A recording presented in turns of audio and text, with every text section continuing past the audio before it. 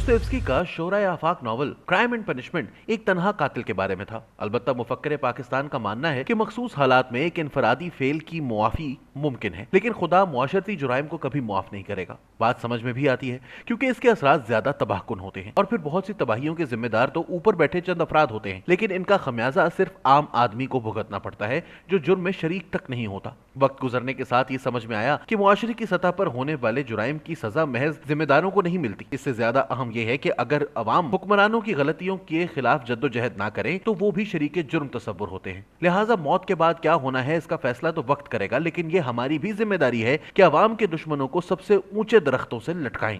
ऐसा हमेशा तो मुमकिन नहीं हो पाता, लेकिन तारीख में इंसानियत के खिलाफ जुराइम पर कई मरतबा इसी दुनिया में भी जवाबदेही हुई है।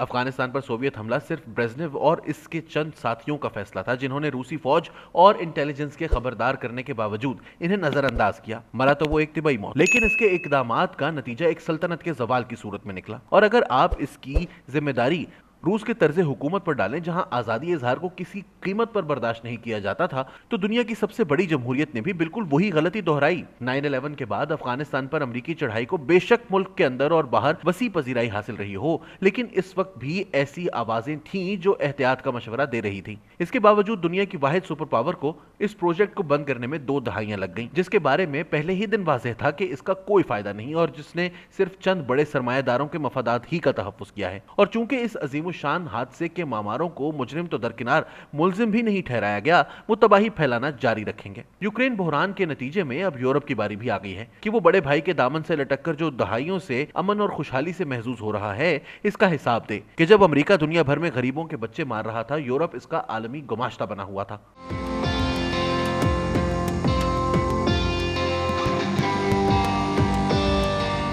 पाकिस्तान में हमने इससे भी बुरा किया।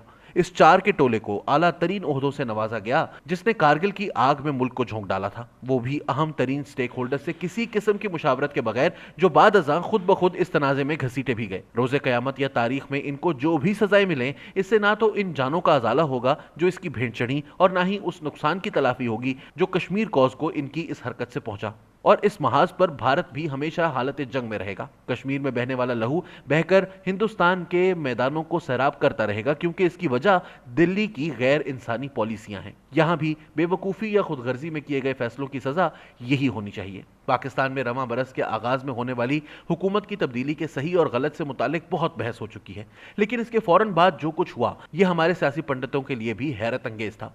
इमरान खान के लिए सामने आने वाली अवामी हिमायत हैरान कुन थी, जिसकी वजह बाद में अवाम के 3 में से एक बुराई को चुनने की मजबूरी बताई गई। जाहिर है हमारी तारीख देखी जाए तो ये तौजीह दुरुस्त नजर आती है, और फिर ये एक शख्स की इनफरादी पसंद भी हो सकती है जिसकी मुमकिन है कोई तौजीह हो ही ना।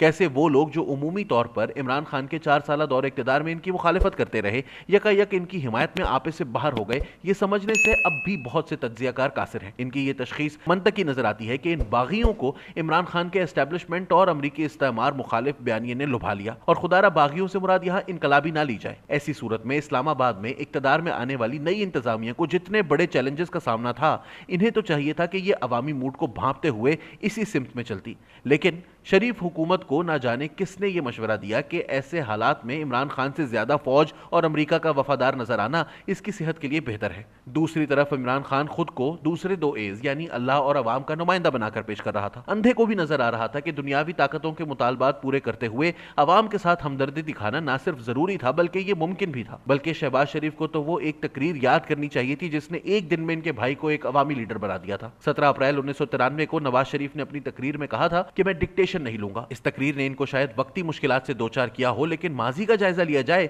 तो इसके फायदे इसके नुकसानात से कहीं ज्यादा ही। तस्वीराती गहराई और तस्वीराती मुदाफियत जियोपॉलिटिक्स में मुस्तनद नजरियात समझे जाते हैं, लेकिन ये गैर मकबूल लोगों के साथ मुंसलिक होने के बायस अवामी नजर में मातूब ठहर चुके हैं। हालांकि इन पर अमल करने वालों ने अपने लिए, अपने मुल्क के लिए बहुत से फवायद भी हासिल किए। जर्मनी मार्शल प्लान की वजह से एक मुआशी कुव्वत बनकर नहीं उभरा, बल्कि दूसरी जंग अजीम के बाद इसके पहले वजीर खजाना एरहर्ड की पॉलिसियों के बायस एक ताकतवर मईशत बनने में कामयाब हुआ, जिसने 3 काबिल काबिज मुमालिक के अहकामात को नजरअंदाज किया। और पाकिस्तान भी एक जौहरी ताकत ना बन पाता अगर इसकी सिविलियन और मिलिट्री लीडरशिप गुलाम इसहाक खान की क़यादत में हमारी तारीख के एक इंतहाई पेचीदा मोड़ पर दुनिया के दिए गए अहकामात को मानने से इनकार ना करती। शहबाज शरीफ की सबसे बड़ी गलती लिहाजा ये थी कि वो तारीख के एक अहम तरीन मोड़ पर अवाम की नब्ज को पढ़ने में नाकाम रहे। लोग एस्टेब्लिशमेंट के तसल्लुत से तंग और अपनी कबायली जहनियत से बाहर आ चुके थे। ऐसे मौके पर यह तसव्वुर करना कि वो अंधों की तरह नए हुक्मरान के बेटे को पंजाब का हुक्मरान तस्लीम कर लेंगे, ना सिर्फ बेवकूफ़ी की इंतहा थी बल्कि ये तारीख की मुखालिफ सिमत में बहने के मुतरादिफ था। हमेशा की तरह लेकिन